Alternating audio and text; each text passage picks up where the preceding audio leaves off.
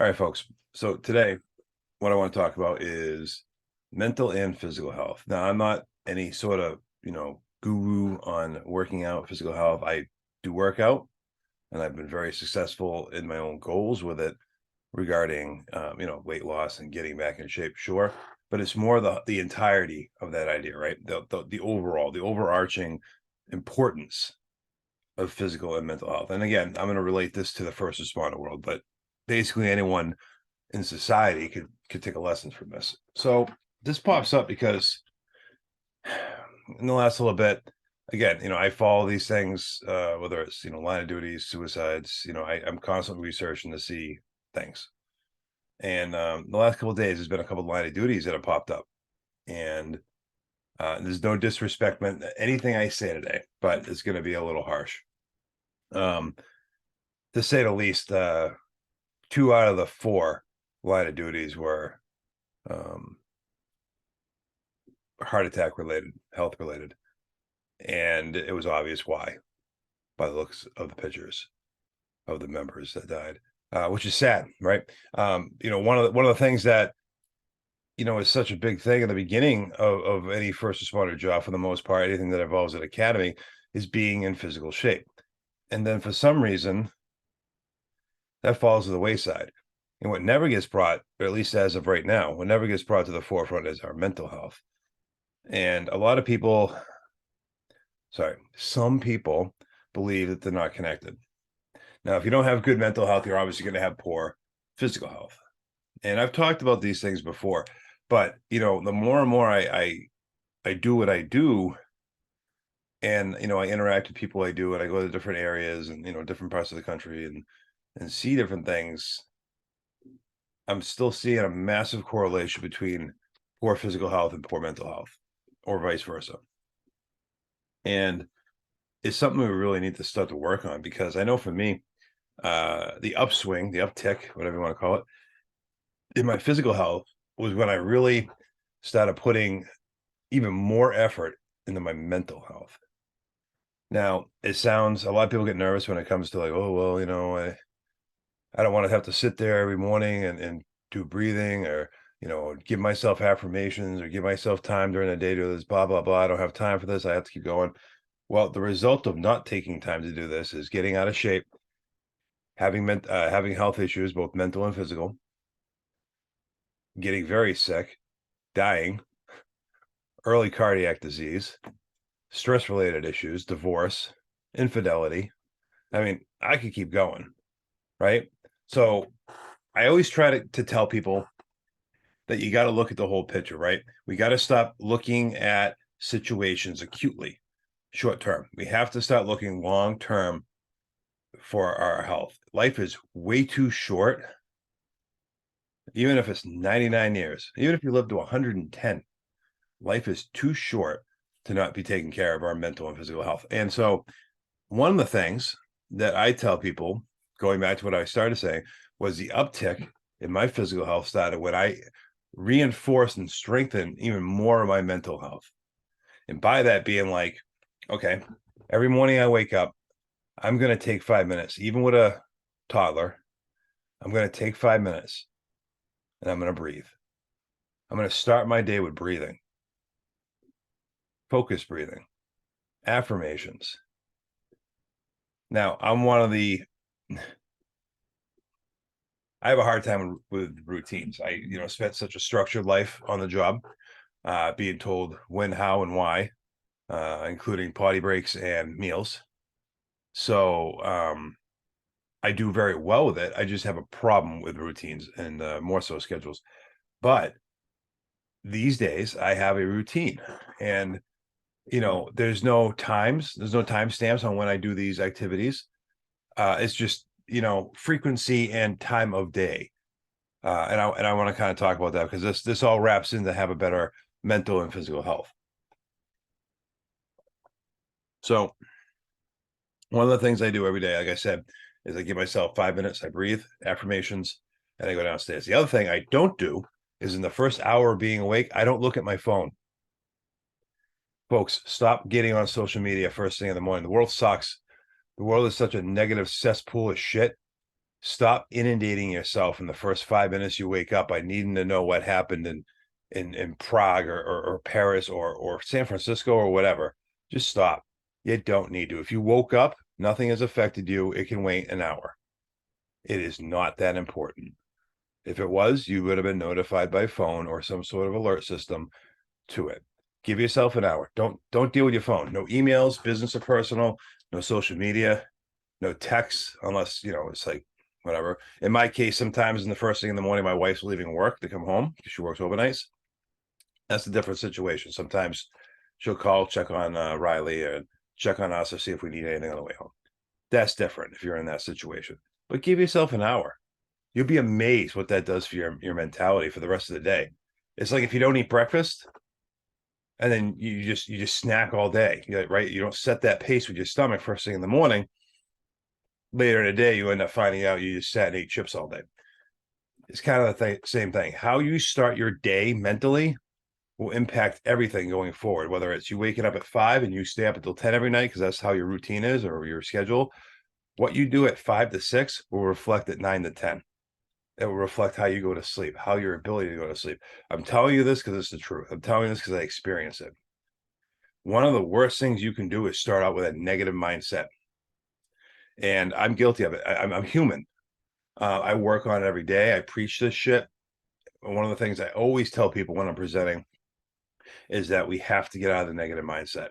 We have to be more hopeful, more positive. And it sounds hocus pocusy, and it sounds all kumbaya, but it's not. It's just bettering yourself and taking care of yourself on a mental and physical level. So, getting back to, what I was hinting at is it's getting really sad to see the amount of first responders that are dying, not because of the job. And I mean that like this, not because they're dying, as a firefighter, not because they're dying because they die in a fire, fall off a ladder, die in a flashover, smoke inhalation, accidents responding, things like that. We're just not as much. I mean, is it happening? It is for sure. But it's the heart attacks, it's the dying in your sleep, is your physical health that's completely out of whack, that we're having 40-year-olds dropping dead. And it's this early onset cardiac disease. And I have other videos where we talk more about this, and they're all valid, they're all very important. But I wanted to wrap it all in today to really be like, why aren't we dealing with this?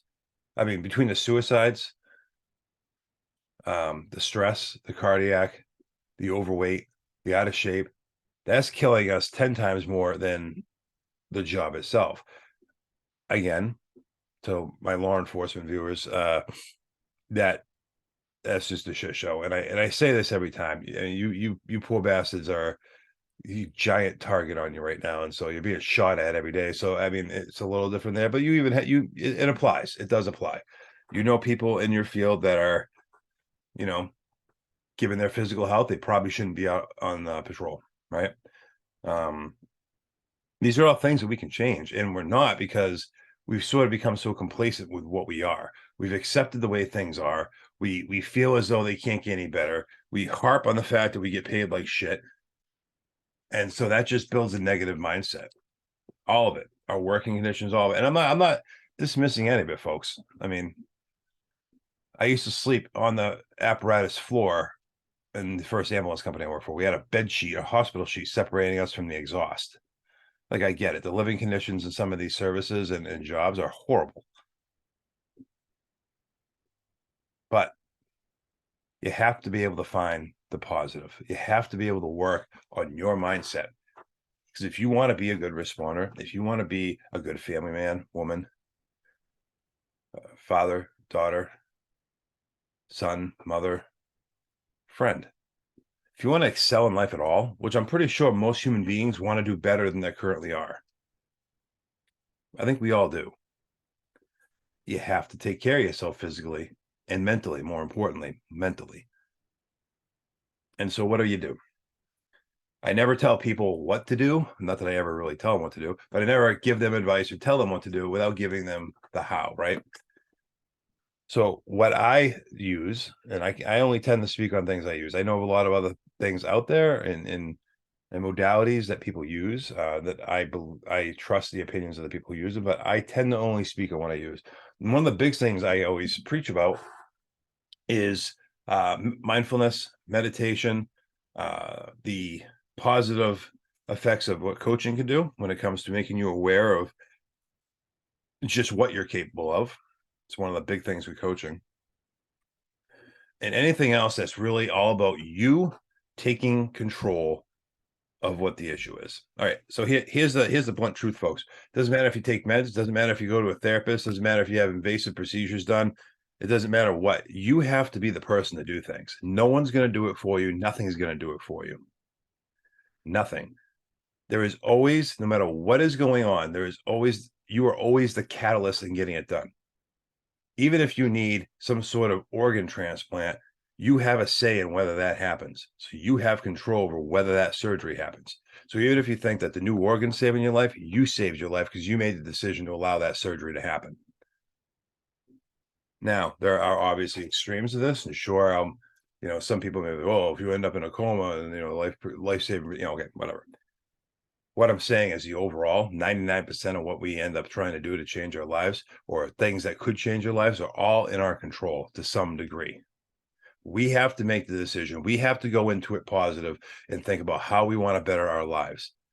And that's only going to affect everything in our lives: the job, our marriages, our personal life, our health, our relationships with kids, our relationship with our neighbors, our friends, our commitment to excelling, being able to get promoted.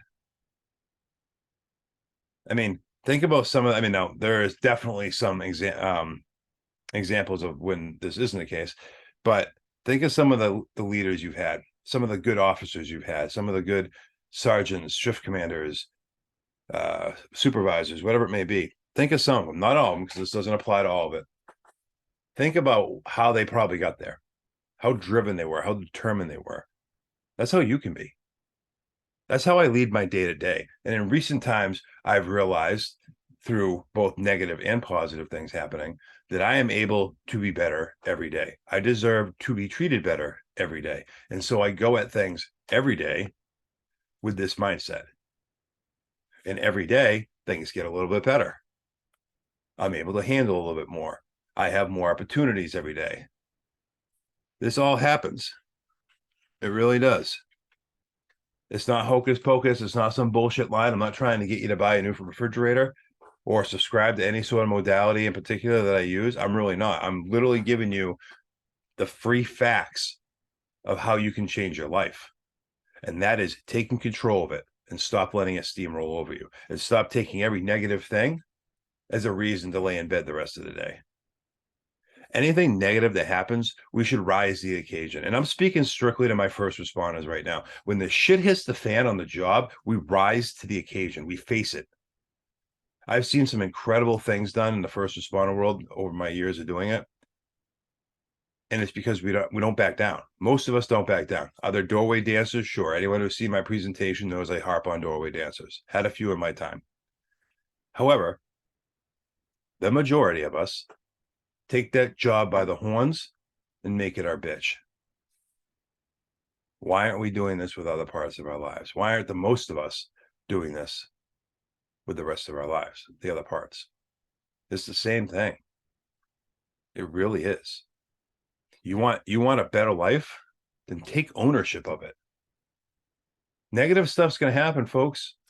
Negative stuff. You wake up. I woke up this morning, and I told myself when I went to bed last night, I'm going to wake up. I'm going to do my normal routine and my affirmations. I'm going to get this done. I'm going to be out the door by 8 o'clock because I have a whole bunch of stuff to do. Now, this is Saturday morning when this video was made. And when I'm making this video, it's currently 10 after 8. Guess what? I didn't get out of the house at 8. Now that could be construed as a negative thing, but the way I'm looking at it is, well, I got in the mindset that I wanted to record a video, and I recorded a video, and I think I knocked it out of the park. So the other things will have to wait another hour later, and it'll all work out. Instead of being like, oh, I didn't get out like when I wanted to. I'm lazy. We got to change our mindset, folks. We have to start going after the opportunities of each day. And some of these opportunities will not be there the next day or the next hour. Appreciate what you get to experience in life, good, bad, and indifferent. We've got to. We've got to. I'm gonna give you an example, and this is for my bucketheads. Firefighters love going to fires, right? We all know that. Some people who aren't in the field don't understand that. There's a lot of different parts as to why. It's our instant gratification. It's our job. Going to fires, which don't happen like they used to, is literally our job. And when we do get to do it, we love it. There's the mental aspect of it where it's like, that fix, that adrenaline rush, the danger, all that. There's the gratification of putting the fire out and saving someone's house. But it's also, and we don't wish ill on anyone, but it's also accomplishing a task. And one of the things I always tell people is that these days I go at life as if everything is at fire, hypothetically. And I do. Everything's an opportunity. The challenges that even I face, and I do, I'm a work in progress, folks. I take it as if it's that fire. I go into it with my all, everything I got to rise up to that challenge, to make that challenge create a positive outcome. Even if it's a very negative challenge, I try to get a positive outcome. Okay, well, I overcame that. It didn't completely destroy my life. I learned this. Folks, we have got to get better with our physical and mental health as first responders. The job just isn't killing us like it used to. Law enforcement aside. It's not. We're killing ourselves, and not just by suicide, by not taking care of ourselves. We're not. We have to. We owe it to ourselves. We owe it to our loved ones. We owe it to society that we're there to help. But the most important part of that is us, the individual. So guys, go out there and own this shit. Get better with your mental and physical health. I am always here for advice. You can, comment in the videos, on the social media posts. You can message me. You can email me, khanksmz78@gmail anytime, if you want to do it in a private way. I have no problem giving advice to people. I have no problem guiding people, giving resources. And obviously, when I talk, I talk a lot more. When I give presentations, it's a lot more information. I try to, encourage, motivate, and inspire people in other ways. But folks, take charge of the day. Own this like we own our jobs. So many of us are looked at as leaders on the job. Why can't we be leaders in our own lives? Even if we're not leaders of the people in our lives, why can't we be looked at by ourselves as leaders? So that's my, as I said, Saturday morning piece of advice. Guys, make today the best that you can, even if it's a shit show. Even if it's a shit show, take one good thing out of today. One good thing. If you're sick, take something good out. I'm alive. I'm allowed to be. I'm able to be sick today. Sounds ridiculous. Whatever you're going through, take a positive out of it somehow and spin it into more energy, more positive energy. Folks, stay safe.